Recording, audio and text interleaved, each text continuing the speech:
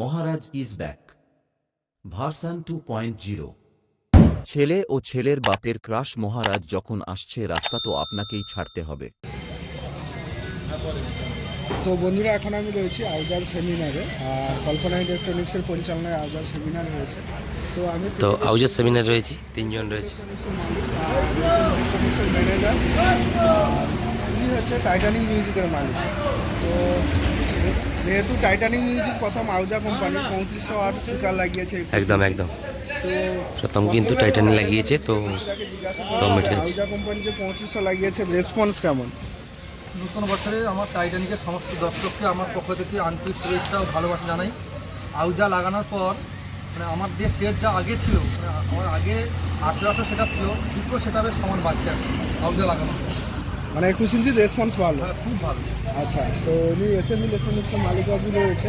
তো আমি জানতে চাইবো যে আপকামিং কি আসবে, যে 21 ইঞ্চির পরে 24 ইঞ্চি বা আপকামিং 14,000 ওয়াটের অ্যাম্পলিফায়ার, 16,000 ওয়াটের অ্যাম্পলিফায়ার, এরকম কি সম্ভাবনা রয়েছে?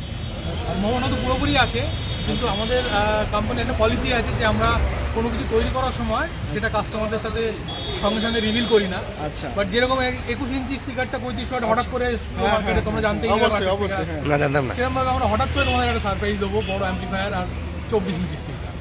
বাট সেটা সময় লাগবে, হ্যাঁ, বাট সেটা আসবে, অবশ্যই আসবে। তবে আমাদের এদিকে সরস্বতী পুজো খুব ফেমাস হয়, মানে কম্পিটিশন হ্যাঁ, বড় বড়। অবশ্যই, সেটা আমি জানি। ওর আগে যদি আপনি লঞ্চ করতে পারেন অবশ্যই কিন্তু ভালো 24 ইঞ্চিটা না হলে মেশিন একটা, অ্যাম্পলিফায়ার। অ্যাম্পলিফায়ার একটা। সেইটা আমি কথা দেওয়াটা খুব মুশকিল, সরস্বতী পুজোই সামনেই, তো এত তাড়াতাড়ি কিছু হবে না, বাট ভবিষ্যতে আসবে।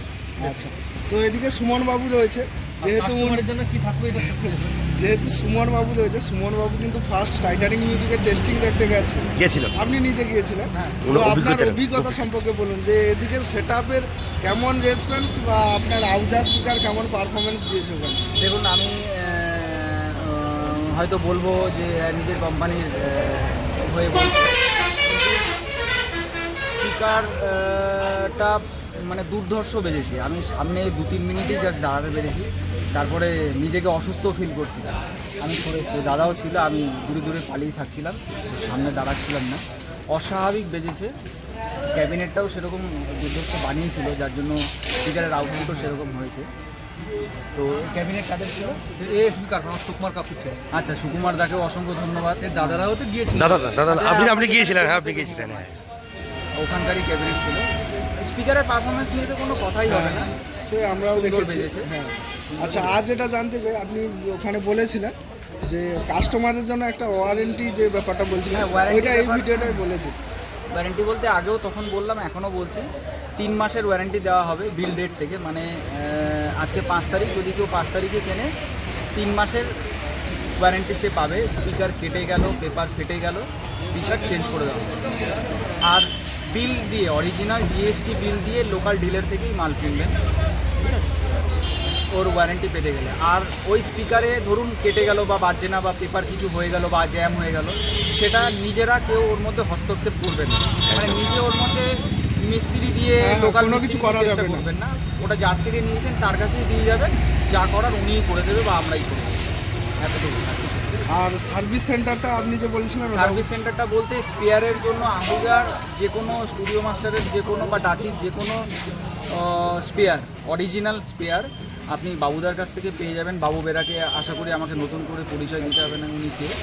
তো বাবু বেরার কাছে আপনারা আহুজা স্টুডিও মাস্টার এবং ডাচির সম্পূর্ণ ন্যায্য মূল্যে এবং অরিজিনাল স্পেয়ার পেয়ে যাবেন। ইভেন 21 ইঞ্চি 3500 ওয়াটের পেপার ফোনও পেয়ে যাবেন ন্যায্য মূল্যে এবং অরিজিনাল।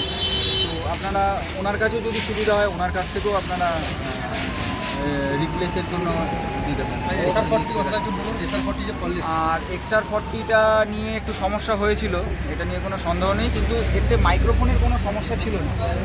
বেসিক্যালি হলো XR40টার যে ফ্রিকোয়েন্সিটা 700 মেগাহার্টজ ফ্রিকোয়েন্সি, যখন আমরা জানি ভোডাফোন, এয়ারটেল, জিও এরা 5G লঞ্চ করে, তো 5Gটা 700 মেগাহার্টজ ফ্রিকোয়েন্সি থেকেই লঞ্চ করে। যে মুহূর্তে ওই 5G ফ্রিকোয়েন্সি লঞ্চ করা হয়, যে যে জায়গায় 5G নেটওয়ার্কটা ছিল, সেইখানে যদি কেউ ওই XR40 700 মেগাহার্টজের মাইক্রোফোনটা নিয়ে কেউ ধরুন কোনো প্রোগ্রামে চালাচ্ছে, তো ওই XR40টার চ্যানেল এতে কাট করে আওয়াজ হতো বা ছেড়ে দিত, সিগন্যাল কেটে যেত, এই ধরনের সমস্যা হতো। তো ওর জন্য ওই সেটগুলোকে আমরা আমাদের সার্ভিস সেন্টারে কাস্টমারদের দিয়ে যেতে বলছি, বা লোকাল বা নিয়ারার যে কোনো ডিলারের পয়েন্টে দিয়ে যেতে বলছি। দিলে আমরা ওখানে আমাদের সার্ভিস সেন্টার ওটা সফটওয়্যার আপডেট করে দিচ্ছি। আপডেট করে দিলে আবার যে XR40 এখন বেরোচ্ছে সেগুলো সব 600 মেগাহার্টজ থেকে বেরোচ্ছে, যেটার সাথে 5Gর কোনো রকমের ক্ল্যাশ হচ্ছে না। তার মানে আর কোনো সমস্যা নেই XR40, মানে এর মাইক্রোফোনের কোনো সমস্যা ছিল না, হ্যাঁ, বুঝতে শুধুমাত্র পারছি। Frequency-র জন্য এটা সমস্যা। 5Gর সাথে ক্ল্যাশ করছে, ক্লাস করছিল, হ্যাঁ এটাই আর কিছুই না। তো ঠিক আছে ঠিক বন্ধুরা, আছে। ধন্যবাদ জানাই তো ধন্যবাদ জানাই। ম্যানেজার বাবুকে, মালিক মালিক বাবুকে আর বাবুকে এবং টাইটানিক মিউজিকের মিষ্টি থাকে। চলো।